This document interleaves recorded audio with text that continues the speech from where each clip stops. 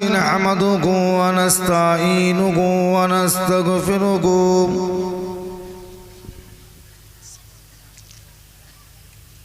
ونعوذ بالله من شرور أنفسنا ومن سيئات أعمالنا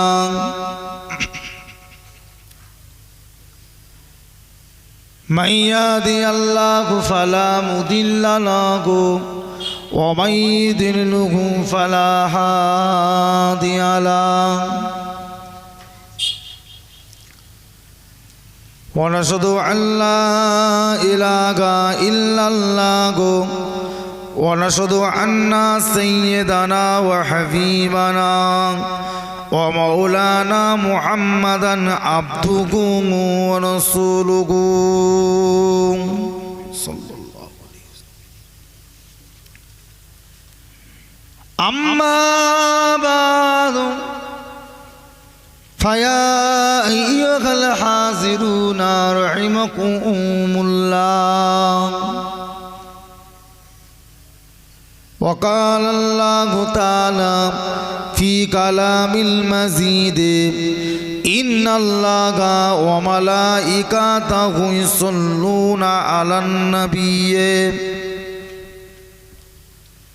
يا أيها الذين آمنوا صلوا عليه وسلموا تسليما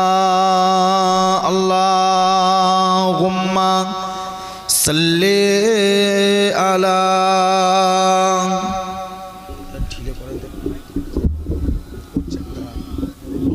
Michael আছে তো না নেই এটা তুলে দেন না এটা তুলে দেন ওপর দিকে সব জাম করে ফেল আল্লাহুম্মা সাল্লি আলা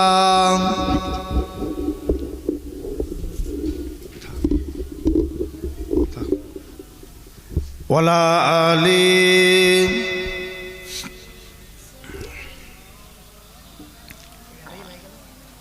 मददगार जिसका नाम रसूले खुदा हो उसे और हिम्मत का परवाना किया है मदद को चली आएंगे कमली वाला दो बुतेगे शमल जाएगा अल्लाहुम्मा सल्ली अला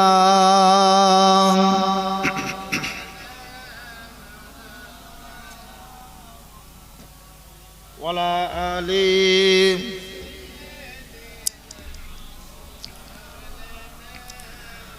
আরো বুকে পরম সুখে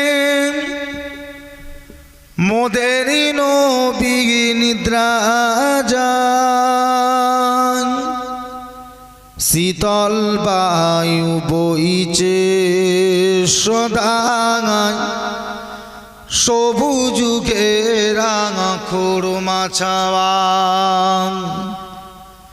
শীতল বায়ু বইছে সদায় সবুজুকে রাঙা খুরমা ছাওয়া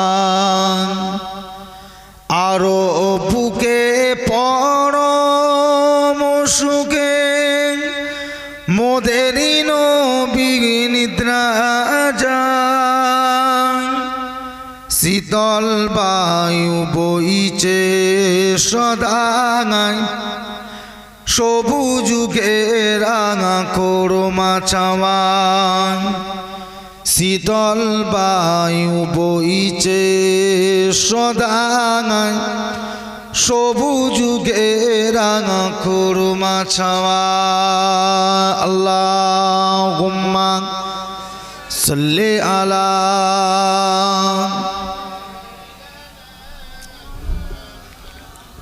ওয়ালা আলি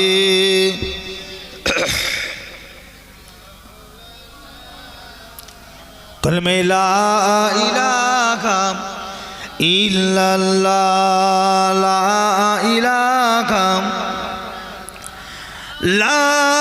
ইলাহা ইল্লাল্লাহ दीन मिला गो ईमान मिला पढ़ने के लिए कुरान मिला जो कुछ देने का था सब कुछ दिलवा दिया कमली वाले ने बोलो ला इलाहा इल्लल्लाह ला इलाहा इल्लल्लाह हसीबी रब्बी जल्लल्लाह माफी कल्बी गैरुल्लाह नूर मुहम्मद सल्लल्लाह बोलो ला इलाहा इल्लल्लाह ला इलाहा ला इलाहा इल्लल्लाह अल्लाहुम्मा सल्लि अला सय्यदिना वला आली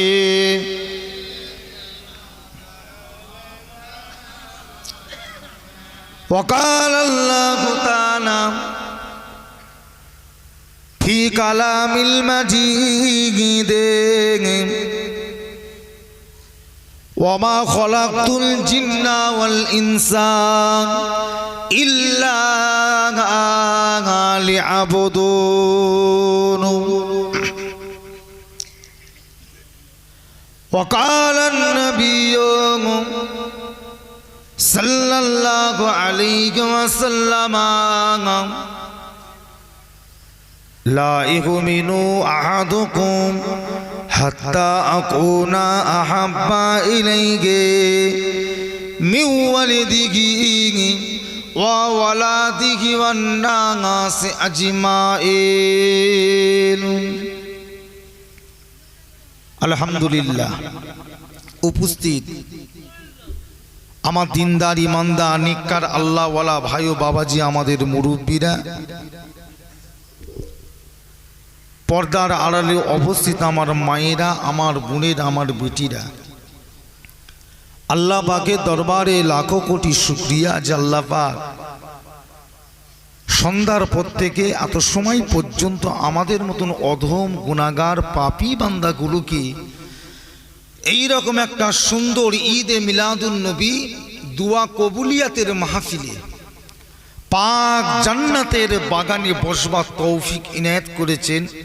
সকলে একবার বলুন আলহামদুলিল্লাহ। আপনারা সকলে ভালো আছেন?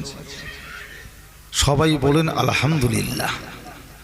আপনাদের গ্রামটা কি ভাই খুব ছোট গ্রাম নাকি? খুব ছোট? কত ছোট হবে? আমার মনে হয় প্রতিটা বাড়ি থেকে একজন করে যদি বের হয় বসার জায়গা দিতে পারবেন না। তা ছোট হলো কি করে? আপনারা এমন করে বললেন যে না খুব ছোট, এটা ছোট হলো?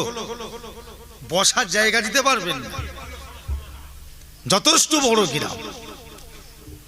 কিন্তু এলাকার মানুষগুলো সব, এলাকার যুবক তরুণ নৌজওয়ান, আমার দাদা হুজুরের মুড়িদের ছেলে, দাদা পীরের মুড়িদের পোতা, দাদা পীরের মুড়িদের নাতিগুলো কই? আল্লাহ পাক আপনাদের কাছে ফুরফুরা দরবার শরীফ থেকে আপনার একজন পীরের আওলাদ, আপনার একজন দাদা পীরের আওলাদ হিসাবে আমাকে আনালেন, আপনাদের গ্রামে এলাম। আর আপনারা গ্রামের মানুষ হয়ে এইভাবে ঘুরবেন, গায়ে হাওয়া দিয়ে ঘুরে বেড়াবেন, বাড়িতে বসে থাকবেন বা শুয়ে পড়বেন, এটা কি মেনে নেওয়া যাবে? একটা দিন কি গ্রামে জলসায় বসা যাবে না? সারা বছর তো ঘুরে বেড়াচ্ছেন, হই হই করছেন, আনন্দ ফুর্তি করছেন, গল্প করছেন, রং তামাশা করছেন। একটা দিন কি গ্রামের মাহফিলটা কি বসা যায় না? এখনো পর্যন্ত বলছি ভাই, মাইকের আওয়াজ যতদূর পর্যন্ত যাচ্ছে, যার কানে যাচ্ছে, সাচ্চা যদি রসুল প্রেমিক হয়ে থাকে, সাচ্চা যদি নবীর আশেক হয়ে থাকে, নবীর উপর মোহাব্বত ভালোবাসা যদি থাকে, আর আল্লাহ পাকের খৌফে ইলাহিটা যদি অন্তরে থাকে, আস্তে আস্তে সে জলসার মধ্যে বসে। সময় পাবেন না, সময় পাবেন না। আল্লাহ পাক ঈমান দেন, ঈমান দেন। দুনিয়ার যা হালাহাকিকাত চলছে বর্তমান সময়ে, আমাদের সমাজটা যেদিকে গড়াচ্ছে, ভালো দিকে কিন্তু নয়। চোখে দেখছি তো অনেক কিছু আল্লাহ পাক দেখাচ্ছেন, দেখছি। কি করবেন? ভালো ভালো ভালো ভালো ফ্যামিলির ছেলেরা নোংরা কাজে নেমে যাচ্ছে, ভালো ভালো ফ্যামিলির ছেলে। ঈমানটাকে বাঁচান। আপনার বাপ দাদুর একটা ভালো মানুষ ছিলেন, মুরব্বীর একটা সৎ মানুষ ছিলেন, আমলদার মানুষ ছিলেন। কত কষ্ট করে ঈমানের উপরে তারা দুনিয়াদারি করে দুনিয়া থেকে বিদায় নিলেন। আর আজ আপনি ছেলে হিসাবে, নাতি হিসাবে, পোতা হিসাবে কি করছেন বলেন? তাস খেলে, ক্যারাম বোর্ড খেলে, জুয়া খেলে, মদ খেয়ে, গাঁজা খেয়ে, হ্যাঁ, পাবজি খেলে, ফ্রি ফায়ার খেলে, মহিলা সমিতি করে, বন্ধনের ব্যবসা করে যাচ্ছেন কোন দিকে? আল্লাহ পাক বলে একজন আছেন না নাই? কথা বলেন, বিশ্বাস করেন? খৌফে ইলাহিটা আপনার মধ্যে নেই কেন? বিশ্বাস যখন করেন, খৌফে ইলাহি অর্থাৎ মনের মধ্যে ভয়টা নেই কেন? আল্লাহকে যখন এক বলে ঈমান যখন এনেছেন, আপনি বিশ্বাস যখন করেছেন, তাহলে ভালো হন না কেন? হই হই করে খালি ঘুরছেন দুনিয়া দুনিয়া দুনিয়া। কদিনের দুনিয়া? কদিন বাঁচবেন? কদিন? ভারতবর্ষের প্রত্যেকটার মানুষের গড় আয়ু হলো কত বছর? 60 বছর। ভারতবর্ষের প্রত্যেকটা মানুষের গড় আয়ু হলো 60 বছর। এই 60 বছরের বেশি কোনো মানুষ বাঁচবে না। নসিব যদি ভালো থাকে, আল্লাহ যদি বড় করে, 70-80 পাবে। আর নসিব যদি ভালো না হয়, 40-50-এর মধ্যেই চলে যাবে। ভারতবর্ষের গড় আয়ু হলো 60 বছরের বেশি কোনো মানুষ বাঁচবে না। তা 60 বছর যদি আমাদের হায়াত হয়, আমাদের যদি আয়ু হয়, মেঘে মেঘে বেলাটা কতটা গড়িয়েছে একবার দেখেছেন কি? বুঝতে পারছেন কোথায় বয়সটা পার হয়ে গেছে? সাবলামু করার বয়স আর আছে আমাদের? হই হই করে ঘুরবার বয়স, বাজে জায়গায় বসে বাজে বাজে গল্প, সে সময় আর আছে? কবরের কথা চিন্তা করতে হবে না? সারা জীবন যদি রং তামাশাই করে যাবেন, আখিরাতের কথা খেয়ালটা করবেন কখন? কি দাদাজি, আখিরাতে চিন্তা করবেন কখন? সবসময় যদি রং তামাশা করবেন? ভালো হতে শেখেন ভাই, ভালো হতে শেখেন। নিজের মনের ভিতরে আল্লাহর ভয়, আল্লাহর খৌফ, নবীর মোহাব্বত, আল্লাহ পাকের মোহাব্বত বুকের মধ্যে মজবুত করে ধরেন, ছাড়বেন না। গত সপ্তাহে ফিরলাম উমরা হজ থেকে, মদিনা শরীফ, মক্কা শরীফ থেকে। আল্লাহ পাক যে কি নিয়ামত করেছে ভাই, চোখে না দেখলে বিশ্বাস করতে পারবেন না। মক্কা শরীফ, আল্লাহর কাবা শরীফ, জীবনে অনেক শুনেছেন। আল্লাহর কাবা, আল্লাহর কাবা, আল্লাহর কাবা যে কি নিয়ামত, আল্লাহর কাবা যে আমাদের জন্য কি রহমত, যারা চোখে দেখেছে তারা ছাড়া এ ব্যাখ্যা পৃথিবীতে কেউ করতে পারবে না। কাবা কাবা কাবা। কাবাটা কেমন, কাবাটা কত বড় বলুন না, কাবাটা কত বড় হতে পারে, উচ্চতা কত হতে পারে, এটা আমাদের কারোর আইডিয়া নেই। ওই যারা গেছে তারাই বলতে পারবে কাবাটা কতটা উচ্চতা হতে পারে। আমরা তো মোবাইলে দেখেছি একটুখানি, তাই না, বেশি বড় নয়। কাবাটার উচ্চতা যত কমই হোক 25 থেকে 30 ফুট, অর্থাৎ 3 তলা হবে। কাবা শরীফের উচ্চতা কতলা বললাম? 3 তলা। ছোট মনে করছে? কাবা শরীফটা আল্লাহ কি নিয়ামত করেছে। গুনাহগার মানুষরা যখন, উম্মাত আল্লাহর বান্দা যখন কাবা শরীফটাকে চামড়ার চোখে দেখে, এরা নিজেরা অনুভব করতে পারে, বুঝতে পারে যে শরীরটা আল্লাহ আমার হালকা করে দিয়েছে। কারণ কাবাকে দেখার সাথে সাথে গুনাহগার বান্দাদের শরীরের সমস্ত গুনাহকে আমার আল্লাহ পাক মাফ করে দেয়, সব ক্ষমা করে দেয়। আল্লাহর কাবাকে আল্লাহ কি নিয়ামত করেছে। ভালো হন, আল্লাহ আপনাদের নসিবে কবুল করে, সকলকে আল্লাহ পাক যাবার তৌফিক দান করেন। সকলে বলুন আল্লাহুম্মা আমিন। কি নিয়ামত আল্লাহ আপনাকে আমাকে করেছে, যে আল্লাহ পাক আপনাকে আমাকে আখিরি জামানার নবীর উম্মত করেছে, শেষ নবীর উম্মত। একবার সকলে বলবেন আলহামদুলিল্লাহ। এই যে বসে আছে, কে গুনাহগার আর কে নেককার, কে নেককার আর কে গুনাহগার আমরা কি চিনি? কথা বলেন না। এ ঘুম হচ্ছে কেন সামনে বসে বসে? এক্ষুনি কিসের ঘুম? 11:30 বাজে। বলেন, এতগুলো মানুষ বসে আছি, কে নেককার আর কে গুনাহগার এটা কি আমরা জানি? আমরা চিনি। তবে নেককার হোক আর গুনাহগার হোক, এইটুকুনি বিশ্বাস রাখবেন, প্রত্যেকটা মানুষের কপালের নসিবে আল্লাহ পাক উম্মতে মুহাম্মাদি হিসাবে লিখে রেখে দিয়েছেন। একবার জোরে বলবেন না? প্রতিটা মানুষের কপালে। এই যে বসে আছে, ও গুনাহগার হোক আর নেককারই হোক, উম্মতে মুহাম্মাদি আখিরি জামানার নবীর উম্মত। এই লিখে যে দিলেন, এই লেখাটা যদি রাখতে পারেন কবরে যাবে, যদি রাখতে পারেন হাসরের মাঠে নিয়ে উঠবেন। এখন প্রশ্ন আপনাদের কাছে, এই লেখাটা কি আপনারা রাখতে পারবেন? বলুন, বলুন ইনশাআল্লাহ। তবে রাখতে গেলে কিন্তু ভালো হতে হবে। এই লেখাটাকে রাখতে গেলে কিন্তু নিজেকে সৎ হতে হবে, চরিত্রবান হতে হবে, আখলাকবান হতে হবে, আখলাকে রসুল হতে হবে, আখলাকে আউলিয়া হতে হবে, নিজের চরিত্রটাকে সুন্দর করে তৈরি করতে হবে। এই বসে বসে বসে বসে দুনিয়া দুনিয়া করে, এই আনন্দ ফুর্তি রং তামাশা করে কাজ নয়, এত সহজ নয়। লেখা মুছে চলে যাবে, আর হাসরের মাঠে, কিয়ামতের মাঠে উঠে হাই হাই হাই হাই করবে, কেউ নেবে না। আপনি কি ভাবছেন ফুরফুরা শরীফের দাদা হুজুরের মুরিদ বলে কি বেঁচে যাবেন নাকি? আমি নুরুল্লাহ সিদ্দিকী আপনার দাদা পীরের আওলাদ বলে যাচ্ছি। আমি নুরুল্লাহ সিদ্দিকী যদি ভালো না হয়, আমার আল্লাহ পাক আমাকেও ছাড়বে না।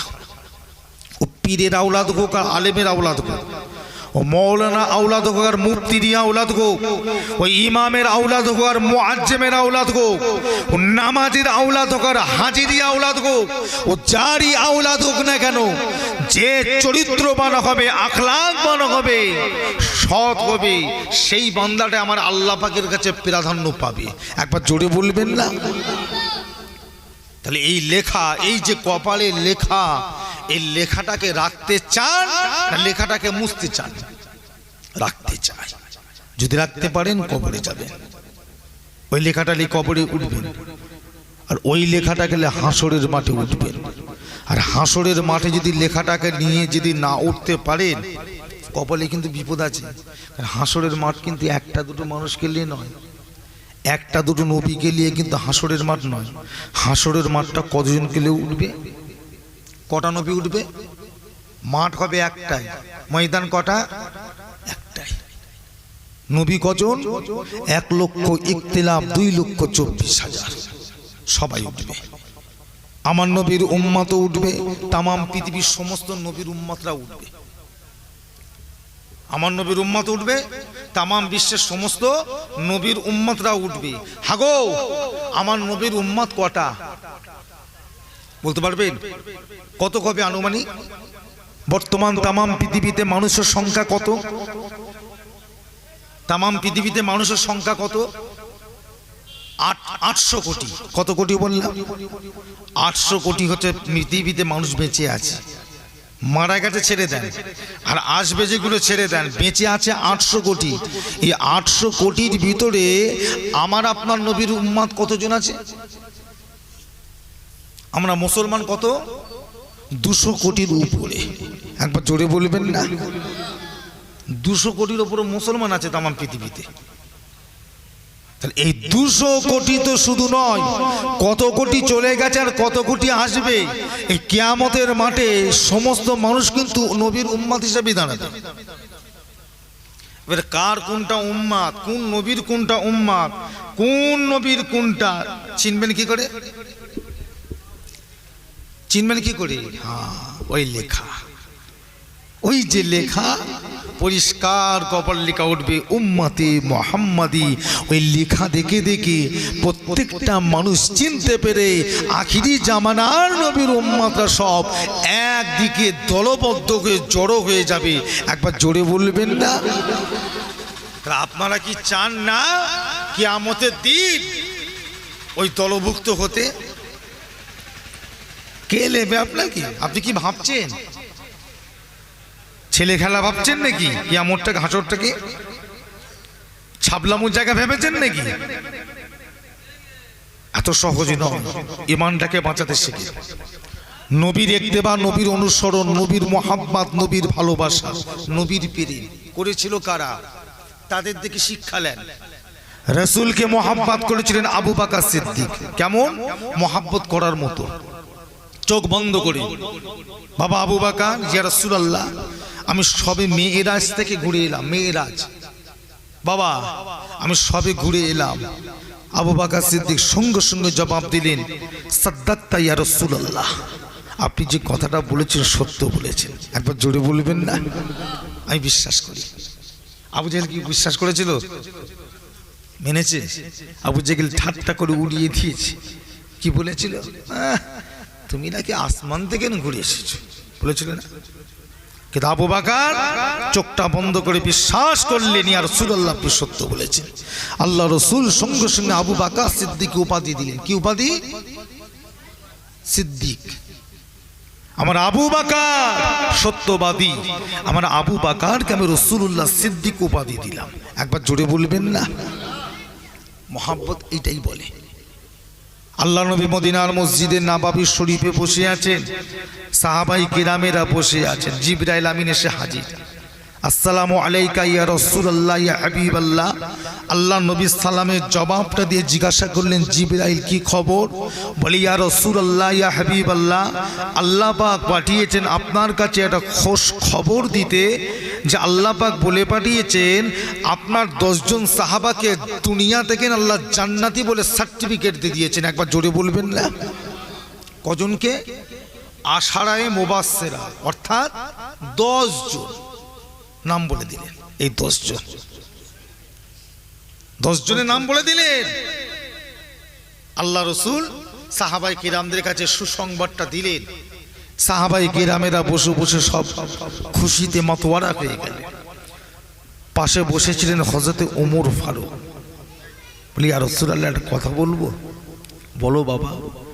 আমি যখন জান্নাতি যখন যাব, তাহলে আমার আজকে থেকে তার কোনো নামাজ, রোজা, হজ, যাকাত, দান, খায়রাত আর তো লাগবে না। আমার তো আর কিছু লাগবে না। নবী বললেন, না, আর তোমার কিচ্ছু লাগবে না, কারণ তুমি জান্নাতি। তুমি জান্নাতি, তুমি জান্নাতে যাবে, তোমার আর কিচ্ছু লাগবে না।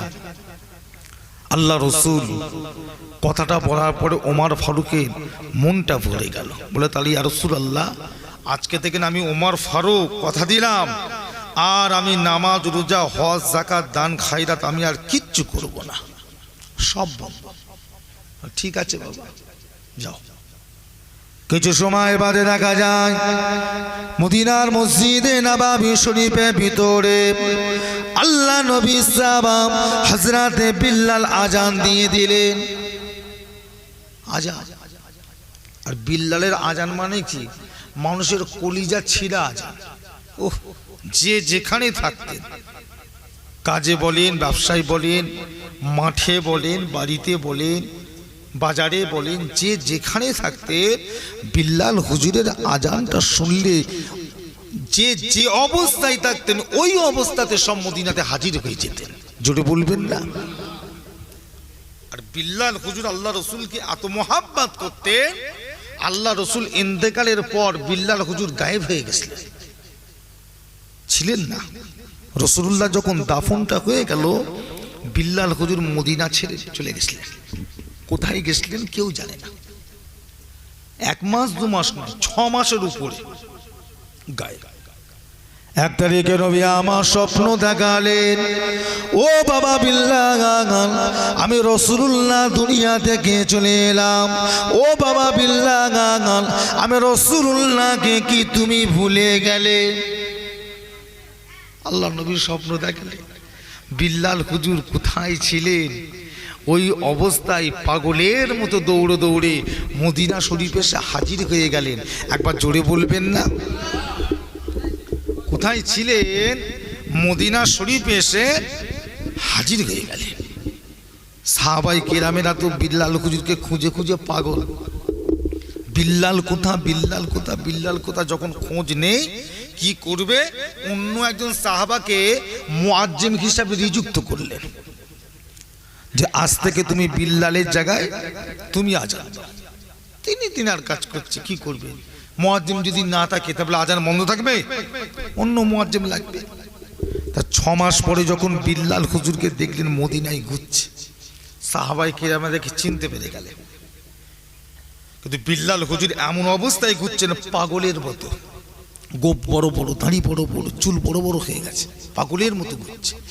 কিন্তু হলো, চেনা মানুষকে তো যতই লুকোই চিনতে পারবে না, চিনে ফেলেছে। সবাই ধরে ধরে টেনে টেনে মদিনা মসজিদে নববী শরীফে নিয়ে চলে এলেন। আল্লাহ নবী রওজা মুবারকের পাশে নিয়ে বসিয়ে দিলেন। খবরটা যখন চারিদিকে ছড়িয়ে পড়ল, হাজার হাজার বেটা ছেলে মেয়ে ছেলে দৌড়ে দৌড়ে মদিনার মসজিদে নববী শরীফে এসে জড়ো হয়ে গিয়েছে। সবাইয়ের মুখে একটা কথা, ও বিল্লাল, এতদিন আপনি কোথায় ছিলেন ভাই? কোথায় গিয়ে ছিলেন? আল্লাহ নবী চলে যাওয়া পরে আপনার মুখ থেকে সেই আওয়াজ আমরা শুনবার জন্য এত চেষ্টা করে আপনার আওয়াজ শুনতে পেলাম। ও বিল্লাল, আপনি এতদিন কোথায় ছিলেন বলেন? বিল্লাল কোনো কথা বলে না, চুপ করে মদিনাতে বসে বসে আছে। সাহাবায়ে কেরামেরা আবদার করলেন, ও বিল্লাল, একবার আপনি আজানটা দিয়ে দেন, আপনার মুখের আজান আমরা একবার শুনতে চাই। বহুদিন আপনার মুখ শুরু, আপনার মুখের আজান আমরা শুনতে পাইলাম, হযরতে বিল্লাল আজান দেবে না, চুপ করে বসে আছে। এ নওজোয়ান যুবকেরা, আল্লাহ নবী সাহাবারা তো বলা বলছে, হযরতে বিল্লাল কারো কথা শুনলেন না। শেষের বেলায় কি করা যাবে? আমার নবী পাকের সাহাবারা হযরতে ইমাম হাসান হুসাইনকে ধরে এনে হযরতে বিল্লালের সামনে দাঁড় করিয়ে দিলেন। হযরত ইমাম হাসান হুসাইনকে দেখে আল্লাহ নবীর আওলাদ হিসাবে হযরতে বিল্লাল ওই অবস্থাতে সম্মানের সঙ্গে উঠে দাঁড়িয়ে পড়লেন। জোরে বলো, নবীর আওলাদ। এখানে কোনো পাগলামো চলবে না, কি কথা ঠিক না ভুল বলছি? এখানে কোনো ছাবলামো চলবে না। বিল্লাল হুজুরকে আল্লাহ পাক কত বড় নসিব করেছে, সর্বপ্রথম জান্নাতে যাবে কে? বিল্লাল। কারণ আল্লাহ নবী যে সওয়ারের ওপর সওয়ারি হয়ে যাবেন, ওই সওয়ারের লাগামটা থাকবে বিল্লাল হুজুরের হাতে। একবার জোরে বলবেন না? জীবনে তো মোবাইলে বহুত দেখেছেন আল্লাহর কাবা শরীফ, কি দেখেছেন না? কাবা শরীফ দেখেছেন? কাবা শরীফের ভিতরের অংশটা দেখেছেন? দেখেন না? কেন দেখেন না? কেন দেখা যায় তো। ভিতরে দুটো কলম আছে না, পাইপ, গোল পাইপ, ছাদে কলম, দেখবে এক্ষুনি ইউটিউব খুললে এক্ষুনি পাওয়া যাবে। কাবা শরীফের ভিতরে পরিষ্কার দেখা যায় কত দেশের নেতা মন্ত্রী মিনিস্টার তাদেরকে ঢুকানো করে কাবা শরীফের ঘরের ভিতরে। একটা মই আছে, সিঁড়ি ঢুকায়। জীবনে কোনোদিন দেখেছেন আল্লাহ রসুলের রওজা মুবারকে কাউকে ঢুকাতে? বা রওজা শরীফের ভিতরের অংশটা কেমন দেখতে কেউ কোনদিন দেখেছেন কি? কেউ দেখেনি। কারণটা কি? যে আল্লাহ রসুলের রওজা মুবারকে ঢোকার মতন ক্ষমতা পৃথিবীর কারণ নাই, কেউ ঢুকতে পারে না, সব সময় বন্ধ। তাহলে ভিতরটা পরিষ্কার করে কারা? ভিতরটা দেখাশোনা করে কারা? তারা কারা? তারা কি ছবি তুলে আনতে পারে না? কে তারা? কারা? বলছে একজন আছে, একজন। কোথায় পাওয়া যাবে তাকে? এই মাঝে মাঝে আসরের নামাজটা পড়ে ওই মদিনা শরীফের, নবাবী শরীফের যে কোনো একটা মসজিদের দেওয়াল বা থামের গোড়ায় বসে থাকে। যারা যারা চেনে তারা ওনার সঙ্গে মুসাফা করে, দোয়া নেয়। ওই মানুষটা একা ঢোকে। উনি আল্লাহ রসুলের রওজা মুবারকের ভেতরে সাফাই করেন, পরিষ্কার করেন। উনি কে? ওনার পরিচয়টা কি? মোটা কালো পরিচয় কি? বলছে উনি অন্য কেউ নয়, উনি হলেন নবী পাকের বরসাম, নবী পাকের সাহাবা, মদিনার মসজিদের মুআজ্জিম হযরতে বিল্লাল হুজুরের আওলাদ। একবার জোরে বলবেন না? উনি হচ্ছে বিল্লাল হুজুরের আওলাদ। আল্লাহ পাক কিয়ামত পর্যন্ত ওই রাসূলুল্লাহ রওজা মুবারকের চাবিটা হযরতে বিল্লাল হুজুরদের আওলাদদের হাতে রেখে দেবেন। জোরে বলুন। ও চাবি কারোর কাছে যাবে না, ও চাবি কারোর কাছে যাবে না। বিল্লাল হুজুরের আওলাদ যারা হবে তাদের হাতেই চাবি থাকবে। আর কাবা ঘরের চাবি কাদের হাতে থাকবে? কারাতে? কাবা শরীফের ওই ঘরের দরজার চাবিটা কিয়ামত পর্যন্ত আল্লাহ এই কুরাইশ বংশের হাতে রেখে দেবে। একবার জোরে বলবেন না? এটা একদম পুরো শর্ত করা আছে, অন্য কেউ নিতে পারবে না, কেউ নিতে পারবে না। আমার দিনদার ইমানদার ভাইজানেরা, তাহাজ্জুদে বিল্লাল হুজুরের কাছে এসে সবাই আবদার করলে, ভাই বিল্লাল একবার কি আপনি আজান দেবেন না? না, আমি আজান দেবো না। সবাই কি করলেন? ইমাম হাসান আর ইমাম হুসাইনকে নিয়ে এসে আল্লাহ রসুলের এই সাহাবা হুজুরের সামনে দাঁড় করে দিয়েছে। উঠে দাঁড়িয়ে পড়েছে, সালাম দিলেন, চুপ করে দাঁড়িয়ে আছে, কোনো কথা নেই। তখন ইমাম হাসান হুসাইন আবদার করলেন, ভাই বিল্লাল সবাই যখন আবদার করছে, সবাই যখন মনটা চায়, আমাদেরও মনটা চায় একবার সেই আওয়াজ, যে আওয়াজ আপনি আমার নানাজান বেঁচে থাকা অবস্থায় দিতেন, একবার আপনি আজানটা দেন না, একবার দেন না। বিল্লাল হুজুর হাউ হাউ করে কাঁদছে, ভাই হাসান, ভাই হুসাইন ওই কথাটা আমাকে আর বলবেন না, আমি আর পারব না। একবার, বারবার তো বলছেন, একবার অন্তত দেন। বিল্লাল হুজুরকে ধরে নিয়ে গিয়ে টেনে টেনে ইমাম মুআজ্জিমের জায়গায় তুলে দেওয়া হলো। আজও সেই জায়গা আছে, একবার জোরে বলবেন না? ওসব জায়গায় কেউ ব্যবহার করে না। আছে কোথায়? রিয়াজুল জান্নাত বলে একটা জায়গা আছে মদিনা শরীফের ভিতরে, যে জায়গাটার সম্পর্কে আল্লাহ রসুল বলেছেন, ওই আমার ওই মিম্বার আর আমার এই ঘর, এই যে জায়গাটা, এটা দুনিয়ার কোনো জায়গা নয়, এই জায়গাটা হলো আল্লাহর জান্নাতের একটা অংশ। একবার জোরে বলবেন না? এই জায়গায় সবাইকে ঢুকতে দেয় না। আগে মানুষের ঢুকতে, এখন মানুষের চাপ আর ঢুকতে দেয় না। এখন ওই যারা যারা পাসপোর্ট ভিসা করে যায়, ওই আলাদা করে এন্ট্রি করতে হয়, অনলাইনে এন্ট্রি করতে হয়।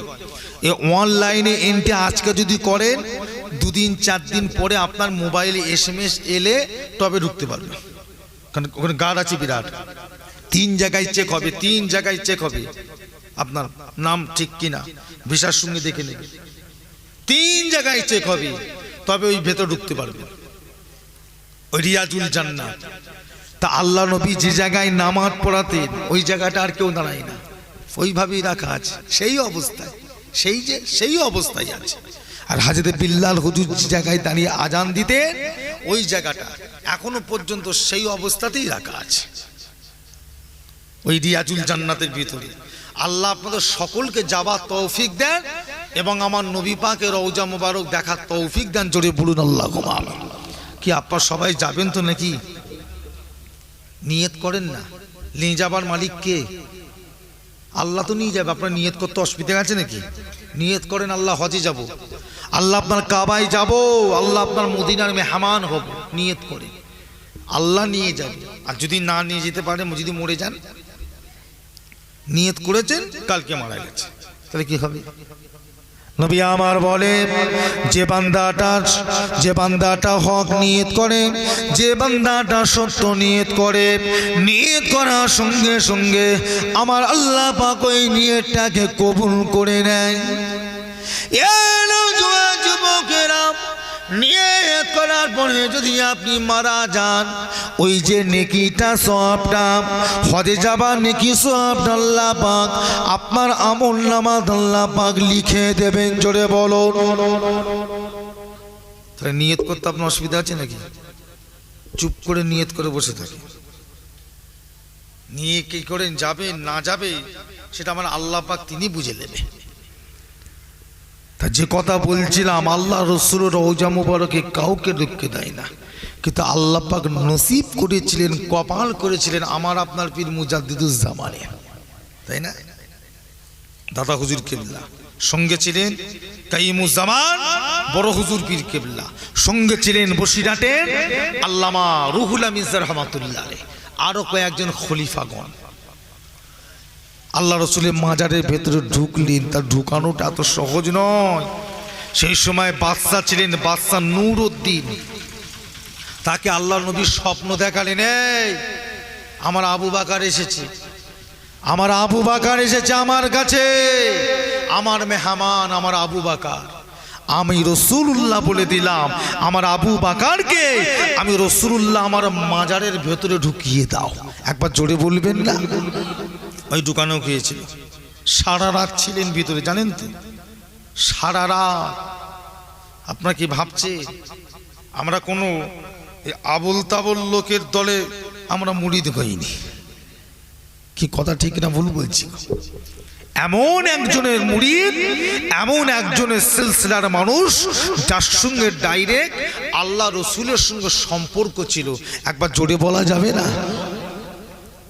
আমার ভাই জানেরা, বাবাজিরা, হাজরত ওমর বললেন, হুজুর আমি আর নামাজ তাহলে পড়ব না, আমি আর নামাজ পড়ে কি করব? জান্নাতে যাব তো, তা জান্নাতে যখন যাব আমি আর নামাজ পড়ে কি করব?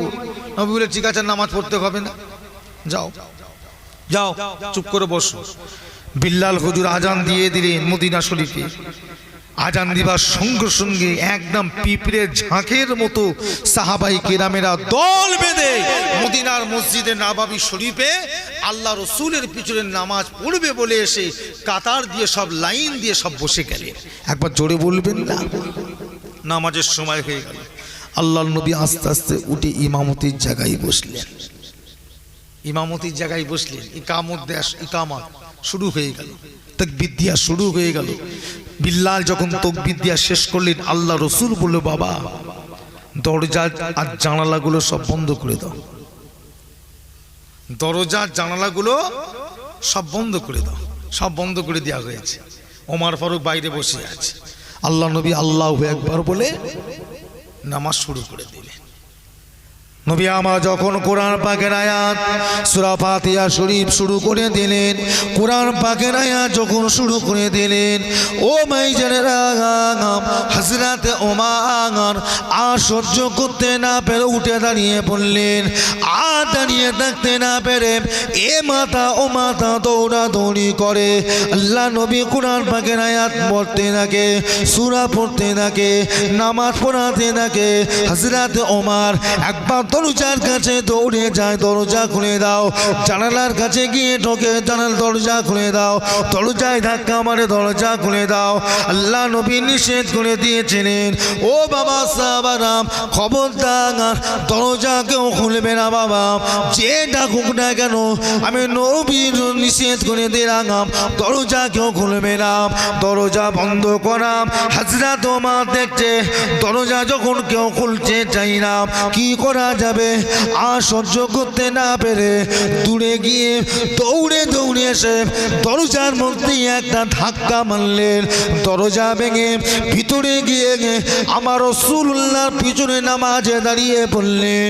নামাজ হয়ে গেল। আল্লাহ নবী সালামটা ফিরে হযরত ওমরের মুখের দিকে একবার ঘুরে তাকালেন। ও বাবা ওমর, কি হয়েছে তোমার?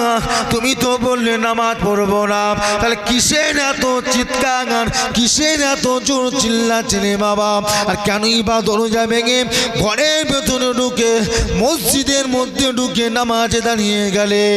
এ নওজোয়ান যুবকেরা হযরত ওমর জবাব দিলেন, ইয়া রাসূলুল্লাহ, ইয়া হাবিবাল্লাহ, হুজুর পিয়া তুমি মাফ করে দেন, আমি নামাজ পড়বো না বলেছিলাম, কিন্তু আপনি যখন নামাজে দাঁড়িয়েছেন, কোরআন পাকের যখন সূরাগুলো পড়তে লাগলেন, আমার শরীরে একটা জ্বালা যন্ত্রণা আরম্ভ হয়ে গেল। আমি সহ্য করতে না পেরে, থাকতে না পেরে পাগলের মতো দৌড়াদৌড়ি ছুটোছুটি করে দরজা খোলার চেষ্টা করে, কেউ যখন দরজা খুলে না, আমি দরজা খানা ভেঙে আপনার পিছনে দাঁড়িয়ে গেলাম, নামাজে দাঁড়িয়ে গেলাম, নামাজ পড়তে লাগলাম। নামাজ হয়ে গেল গো হুজুর, আমার শরীরে একটা জ্বালা ছিল, যন্ত্রণা ছিল। কিসের জ্বালা যন্ত্রণা? নামাজে না দাঁড়ানোর জন্য। যখনই আপনার পিছনে নামাজে দাঁড়িয়ে গেলাম, আমার আল্লাহ পাক আমার শরীরের সমস্ত জ্বালা যন্ত্রণাটা ঠান্ডা করে দিয়েছিলেন। একবার জোরে হবে না? আর আজ আমরা নামাজ শুনলেই পালাচ্ছি, আজান শুনলে পালাচ্ছি, নামাজে ধার ধারে না। তবে মনে রাখবে, পৃথিবীতে আল্লাহ পাককে কাছে পাওয়ার একটাই উপায়, সেটা হলো নামাজ। নামাজ নামাজ ছাড়া জীবনও কোনোদিন আপনি আল্লাহ পাককে কাছে পাবেন না। সবচেয়ে কাছে পাওয়ার বড় উপায় কি? নামাজ। কি আপনার নামাজ পড়েন তো নাকি? এই নামাজ পড়েন? নামাজ পড়বেন। একটা নামাজ যেন কারো কাজা না হয়। হার হালাতে যে যে অবস্থায় আছেন, যেখানেই আছেন, সেই জায়গায় নামাজ দাঁড়িয়ে যান।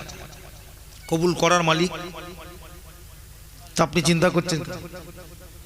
চুপ করে নামাজে দাঁড়ান। যদি কিছু জানা না থাকো, যা জানো তাই দিয়ে পড়ে, যতটুকু জানি। আমি তো কিচ্ছু জানি না।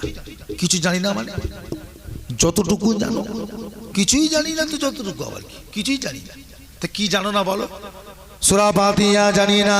কিরকম মানুষ আছে না নাই? সূরা ফাতিহাও জানে না।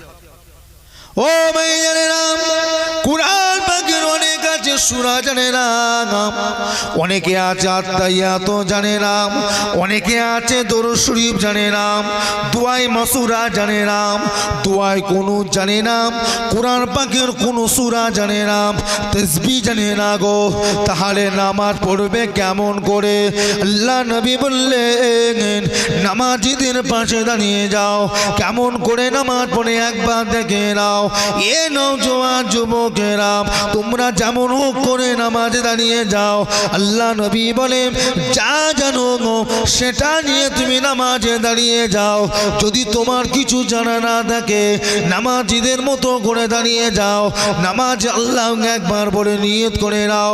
সূরা ফাতিহা যদি না জানো, ওই জায়গায় দাঁড়িয়ে দাঁড়িয়ে কয়েকবার সুবহানাল্লাহ সুবহানাল্লাহ সুবহানাল্লাহ সুবহানাল্লাহ বড় রুকুতে চলে যাও। তাসবিহ যদি না জানো, 3 বার 5 বার 7 বার বার সুবহানাল্লাহ সুবহানাল্লাহ সুবহানাল্লাহ পড়ে নাও, সিজদা চলে যাও। তাসবিহ যদি না জানো 3 বার 5 বার 7 বার সুবহানাল্লাহ সুবহানাল্লাহ সুবহানাল্লাহ পড়ে নাও। এইভাবে 2 রাকাত 4 রাকাত নামাজটা আদায় করে নেন। এ মুসলমানের ছেলেরা, আল্লাহ নবী বলেন ওই অবস্থাতে বৈঠকে বসে আত্তাহিয়াত জানো না, দরুদ শরীফ জানো না, তাতে কি হয়েছে? কয়েকবার সুবহানাল্লাহ সুবহানাল্লাহ সুবহানাল্লাহ বলে সালামটা ফিরিয়ে নাও।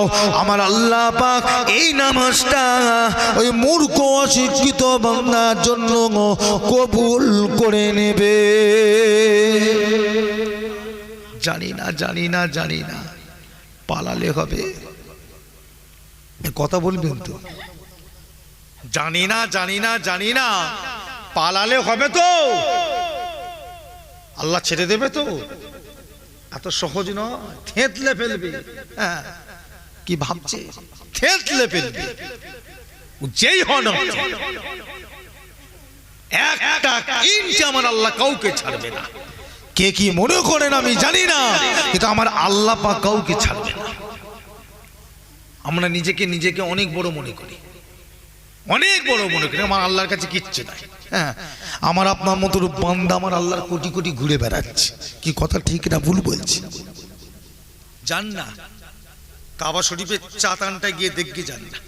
পৃথিবীর সব ধনী মানুষ, কোটিপতি মানুষ, শিক্ষিত মানুষ, পণ্ডিত মানুষ, জ্ঞানী মানুষ, ডাক্তার, ইঞ্জিনিয়ার, ব্যারিস্টার, পৃথিবীর যত নামি নামি মানুষগুলো সব ঘুরছে। যার কোন স্পেশাল কোনো ব্যাপার আছে নাকি? কথা বলবেন তো? সব একসাথে। ও আমার আল্লাহর কাছে কোনো ভিআইপি টিআইপি বলে কিছু নেই।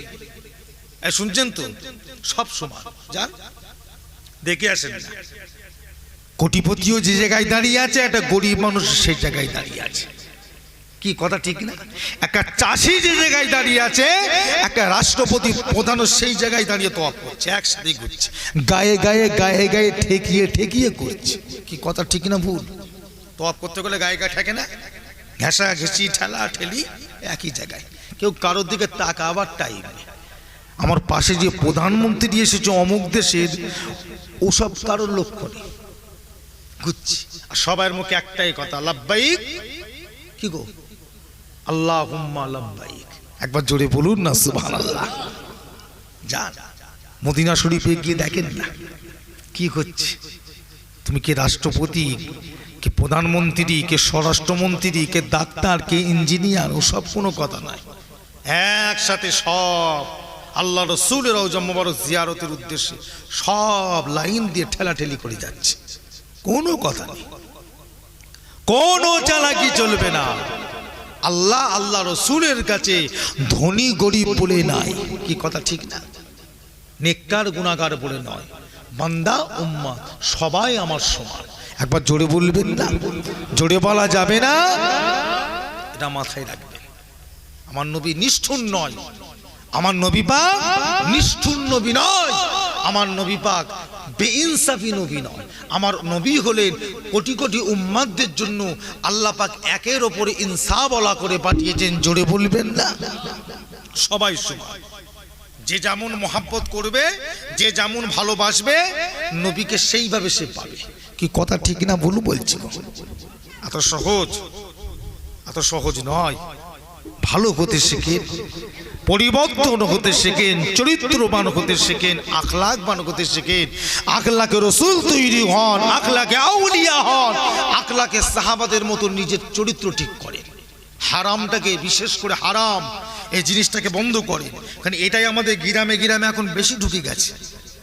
বাড়িতে বাড়িতে এই মহিলা সমিতি, বন্ধন আর লটারি।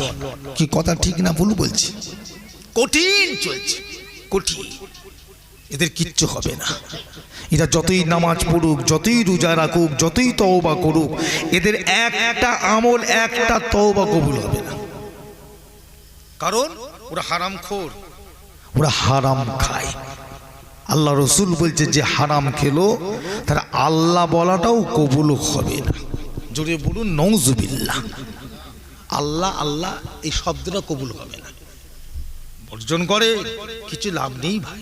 তাতে ডাল ভর্তা খান, আলু ভর্তা খান, পেঁয়াজ ভর্তা খান, বেগুন ভর্তা দিয়ে ভাত খান, জানবেন হালাল খাচ্ছে। কি গো, হালাল খাচ্ছে, হালাল, শান্তি পাবেন। নবীকে কষ্ট দেন না ভাই, অনেক কষ্ট করে আল্লাহ নবী দিনের দাওয়াত দিয়ে গেছে, খুব কষ্ট। বদরের মাঠ দেখে এলাম, ও সেখানে দাঁড়াবার মতো জায়গা নয়, পা রাখার জায়গা নাই, যেন মনে হচ্ছে তলা থেকে যেন মনে হচ্ছে আগুন উঠছে, কঠিন জায়গা। ওই মাঠে আল্লাহ নবী দাঁড়িয়ে রমজান শরীফ মাস 17 রমজানের দিনে আল্লাহ দ্বীনকে প্রতিষ্ঠিত করার জন্য ওই আবু জেহেলের বিরুদ্ধে আমার নবী পাক রুখে দাঁড়িয়েছিলেন। একবার জোরে বলবেন না?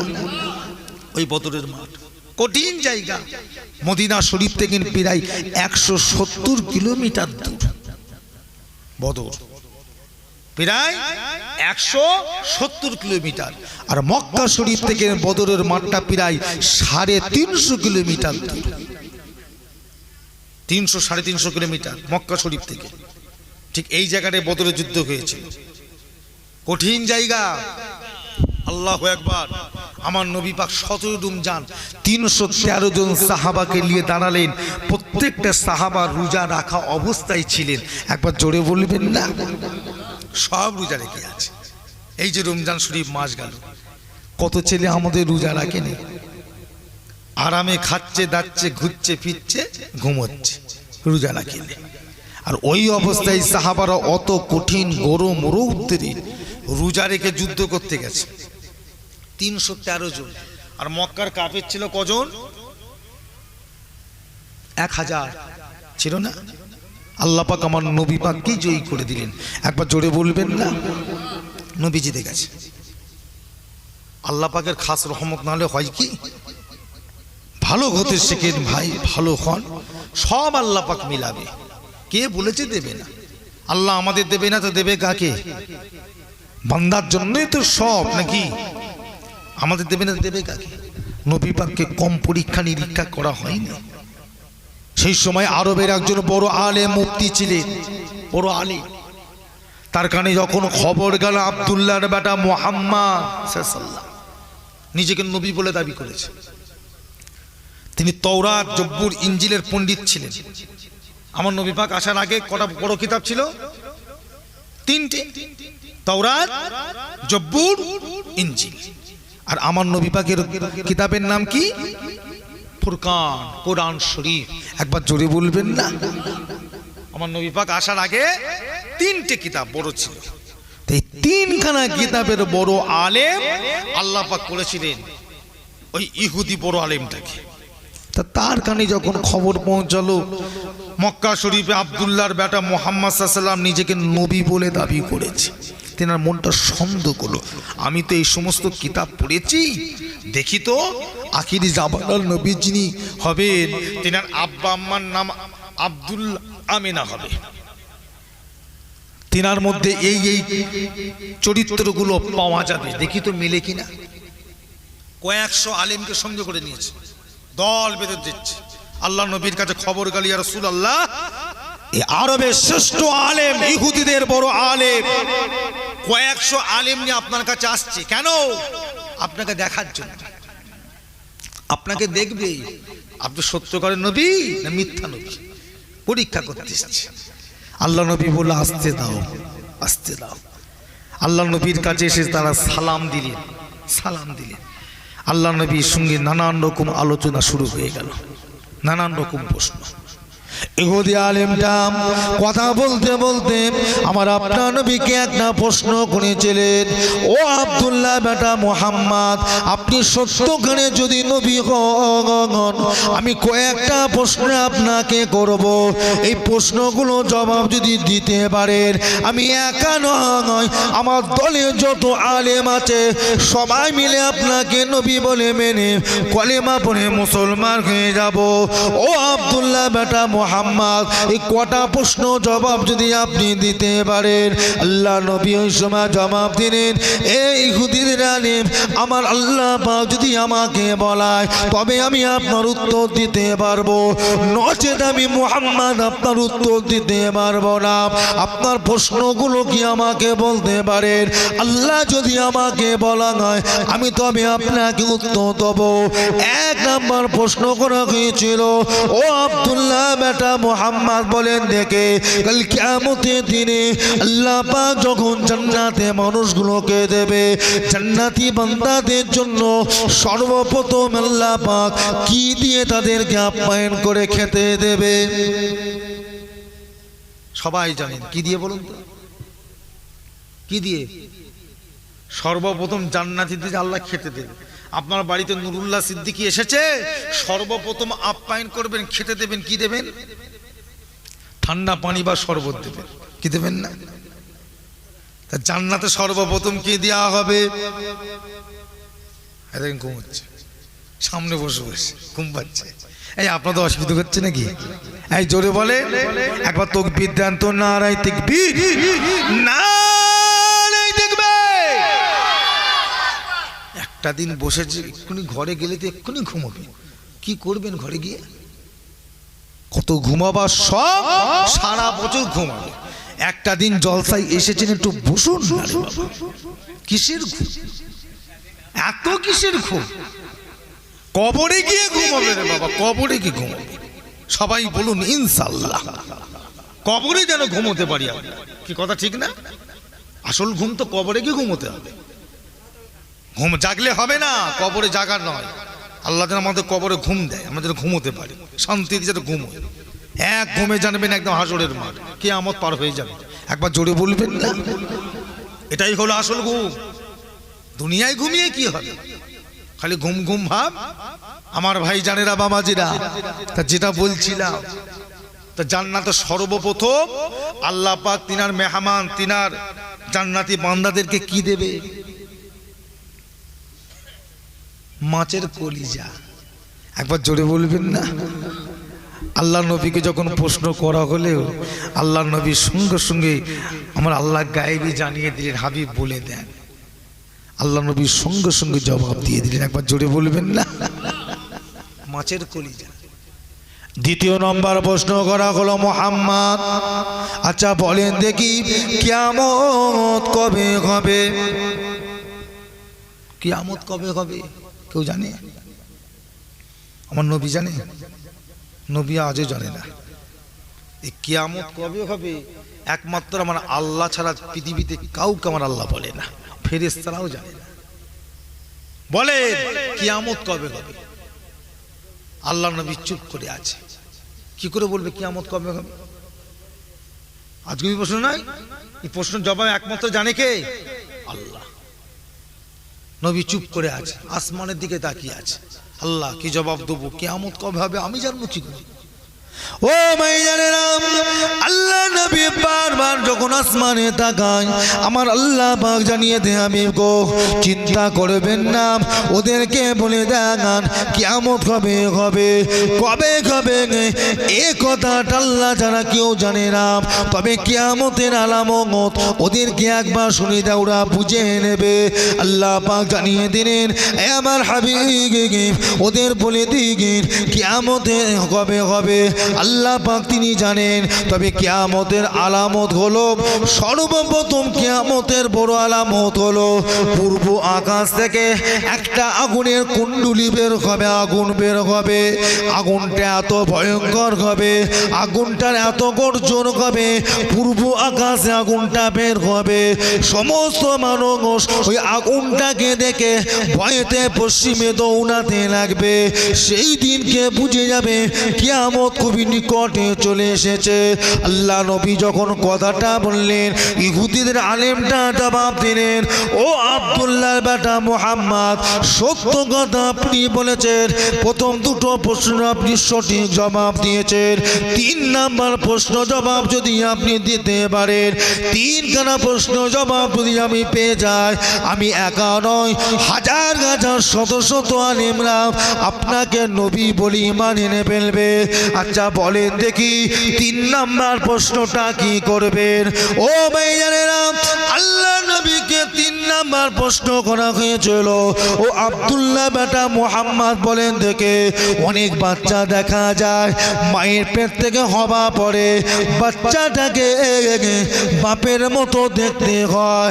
অনেক বাচ্চা দেখা যায় দুনিয়ায় ভূমিষ্ঠ হওয়া পরে মায়ের মতো দেখতে হয়।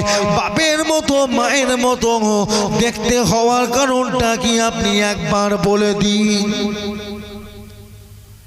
বলতে পারবেন? বাপের মতন কেন হয়, মায়ের মতো কেন হয়? কোনো ডাক্তারের ক্ষমতা আছে বলার? হ্যাঁ, মায়ের পেটে কি বাচ্চা আছে কোনো ডাক্তারের ক্ষমতা আছে বলার? বলে দেবে, এখন বলে দেয়। তবে 3 মাস পরে 4 মাস পড়লে বলে, তার আগে এত সহজ নয়। একটা মানুষ পরিপূর্ণ গঠন হয়ে যাবার পরে বলে, 1 মাসে পেটে বাচ্চা, ডাক্তারের কাছে জানা, ডাক্তার কি আছে বলে দাও তো, ছেলে হবে না মেয়ে হবে? ডাক্তারের কারো ডাক্তারের 14 পুরুষ হলেও বলতে পারবে না। কথা বুঝছেন না? এখন বলছো কবে? বাচ্চা হয়ে যাবার পরে, বাচ্চাটা হাত পা চোখ নাক মুখ সব হয়ে যায় ক মাসে? 3 মাসে কমপ্লিট। বাকি এই 7 মাস বাচ্চা মায়ের পেটে খেয়ে বড় হয়। প্রথমে এইটুকুন তৈরি হয়ে যায়, এইটুকুন। কথা বুঝছেন না? ইঁদুর ছানার মতো দেখেন না, সেই ছবিতে দেখায়, ওই সোনোগ্রাফি করলে ইঁদুর ছানার মতো এইটুকুনি ইঁদুরের মতো ওই রকম তৈরি হয়ে গেল। হাত পা চোখ সব কমপ্লিট। এবার আস্তে আস্তে কি হয়, লাস্টের 7 মাস ওই মায়ের পেটে খেয়ে খেয়ে খেয়ে খেয়ে বাচ্চাটা 2 কিলো 2.5 কিলো 3.25 কিলো ওয়েট হয়। এই 3 মাস পর্যন্ত কারোর ক্ষমতা নাই মায়ের পেটের কি বাচ্চা এই বলার, পৃথিবীর কারোর শক্তি নাই একমাত্র আমার আল্লাহ ছাড়া। একবার জোরে বলবেন না? ওটা আল্লাহ, তিনি জানেন, এটা কেউ জানে না, কেউ বলতে পারবে না। আমার ভাই জানেরা, বাবাজিরা, আল্লাহ নবীকে প্রশ্ন করেছে কি, বাচ্চা বাপের মতো কেন হয় আর মায়ের মতো কেন হয়, এর কারণটা কি বলে? আল্লাহ নবী কি জবাব দেবে? কেন হয় আল্লাহ, কেন হয়, কি করে বলবো আল্লাহ, আপনি বলেন। ও মায়েরা, আল্লাহ পাক জানিয়ে দিয়ে আমার হাবিব আপনি যান, চিন্তা করবেন না, ওদেরকে বলে দেন বাচ্চা বাপের মতো হওয়ার কারণটা, মায়ের মতো হওয়ার কারণটা অন্য কিছু কারণ নয়। বাপ আর মা যখন মিলামেশা করে, বাপের লুৎফাটা মায়ের লুৎফার উপরে যখনই পড়ে, ওই বাচ্চাটা আল্লাহ পাক বাপের মতো দেখতে করে। আর মায়ের লুৎফাটা যখন বাপের লুৎফার উপরে পড়ে, ওই বাচ্চাটা আল্লাহ পাক মায়ের মতো দেখতে করে। জোরে বলো। 3টে প্রশ্ন জবাব যখন দিয়ে দেয়া হলো, ওই ইহুদিদের বড়োয়ারের নাম সঙ্গে সঙ্গে আমার নবীর কাছে স্যালেন্ডার হয়ে গিয়ে হাত কারা বাড়িয়ে দিয়ে শত শত আলেম নে কলেমা পড়ে মুসলমান হয়ে গেলেন। জোরে বলো। আল্লাহ আমার নবী পাক আল্লাহ কি নিয়ামত করেছিলেন। আমার ভাইরা, আমার বাবাজিরা, আমাদের মুরব্বীরা, ভালো হন, ভালো হন। বারবার করে একটা কথা বলছি, ভালো হয়ে যান, চরিত্রবান হন, আখলাকবান হন।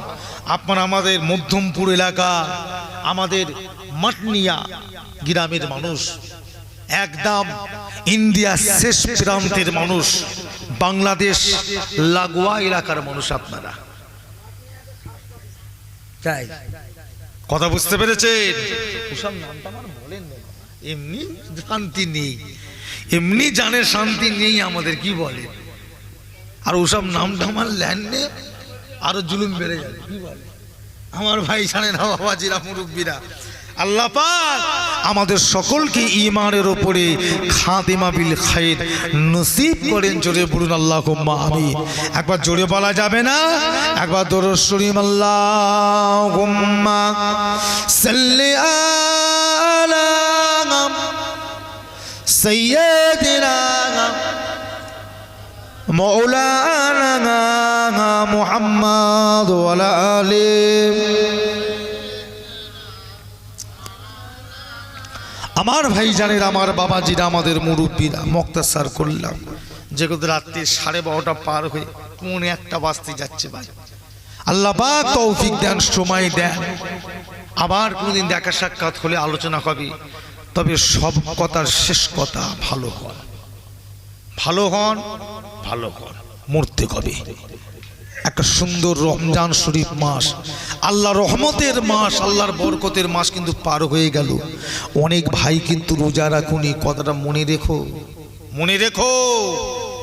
আল্লাহ তোমার হায়াত দিক, দোয়া চায়। আর যদি মরে যাও, এই রহমতের মাস কিন্তু তোমার নসিব থেকে মুছে গেল, আর পাবে না। রমজান শরীফ মাসে ঈদের মাঠে কত মুরব্বী বুড়োগুলো দাঁড়িয়ে দাঁড়িয়ে কাঁদে, কাঁদে না? এই কাঁদে না? কেন কাঁদে? কেন কাঁদে? ঈদের দিন কাঁদার দিন, ঈদের দিন চোখের পানি ফেলার দিন, তারা কাঁদে কেন? হ্যাঁ, না, কবুল নয়, কবুল আল্লাহ করবে সেটা আল্লাহর কথা, সামনে বছর রোজা পাবো কিনা এই জন্য কাঁদে। নামাজ আপনি পড়ে কবুল হলো কি না হলো আপনি বুঝবেন কি? সে আল্লাহ বুঝে নেবে।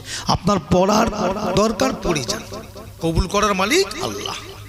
পড়ার দরকার, রাখার দরকার, রেখে যান। আমার ভাই জানেরা, যে সমস্ত ভাইরা রোজা রাখেন না, এখন থেকে তওবা তিল্লা করে নিয়ত করেন, আল্লাহ সামনে বছর থেকে আর রোজা ছাড়বো না। রোজার মতো সুখ শান্তি পৃথিবীতে আর কিচ্ছু নাই। রোজা আমরা বলি না, রোজা বলি তো, রোজার বাংলা অর্থ কি বলুন তো?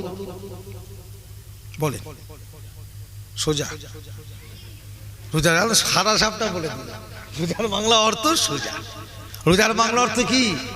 রোজার বাংলা অর্থ হলো ঝনঝনে মাটি বা শুকনো মাটি, বা জ্বালিয়ে দেওয়া বা পুড়িয়ে দেওয়া।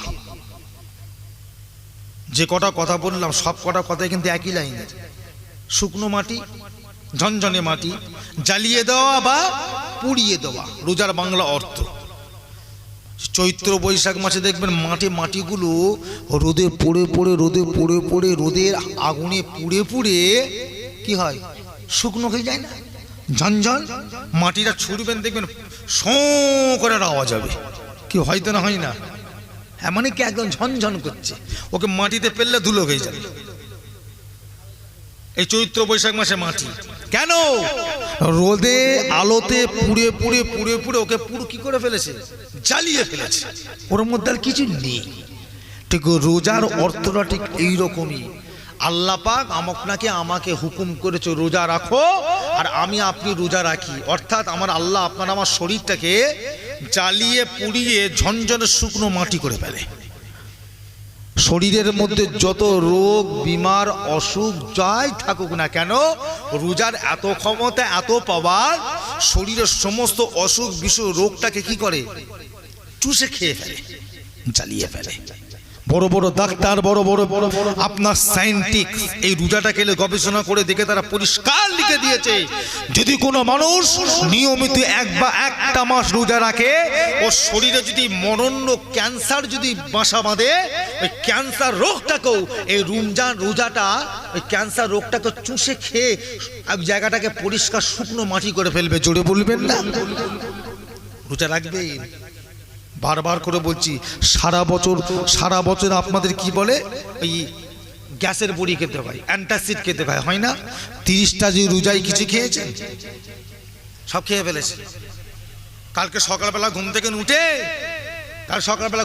উঠে 1 গ্লাস পানি খাবেন। পানি খেয়ে একটা তেলে ভাজা খাবেন, বেগুনি হোক, চপ হোক, পেঁয়াজি হোক, সিঙ্গারা হোক, খেয়ে তার উপর আবার 1 গ্লাস কি হাফ গ্লাস পানি খেয়ে নেবেন। ব্যাস, কি হবে? কি হবে? বাবার নাম ভুলিয়ে ফেলবে। কিছুক্ষণ পরে দেখবেন নাক দিয়ে মুখ দিয়ে পিছন দিক দিয়ে বেরোচ্ছে। কি কথা ঠিক না? মানে এমন হয়ে গেছে অ্যাসিড, ও যেমন হোক করে ওকে বের করতে হবে। চারিদিক দিয়ে দেখবেন বেরোনো শুরু হয়ে যাবে।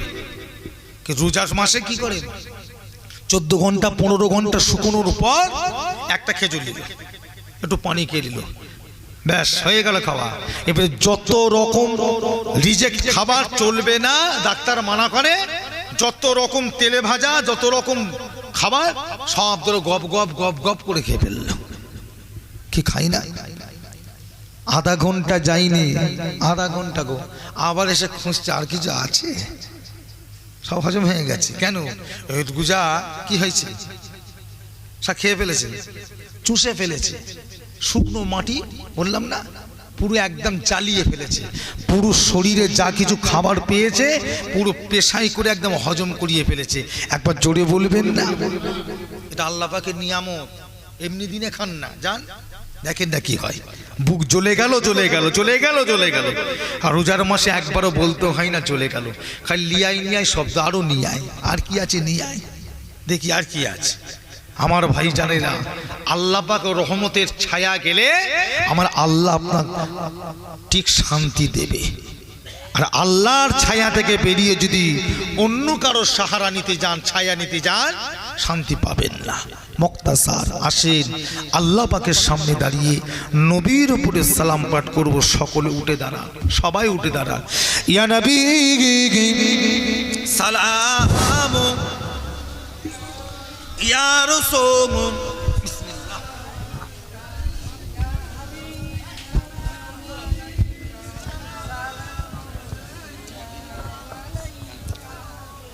তালাল বদরু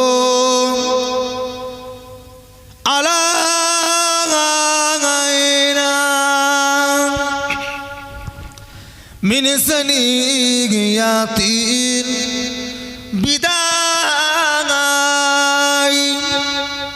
ওয়াজাবা শুকুরু আলাইনা মাদালিল্লাহ হেদাই। ইয়া নবী ইয়া রাসূল ইয়া হাবিব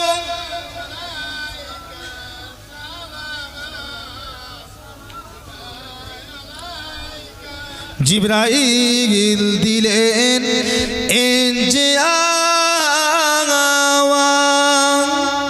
খুলে দাও আসমান আনেন দো আরো এসেছেন নবী ঈদের সারদান করিতে আল্লাহ আরো দিদায়। ইয়া নবী ইয়া রাসূল ইয়া হাবিব সালাম। নবীজির আব্বা আবদুল্লাহ, নবীজির আম্মা আমেনা, নবীজির দুদুমা হালিমা, নবীজির রওজা সোনার মদিনা। ইয়া নবী ইয়া রাসূল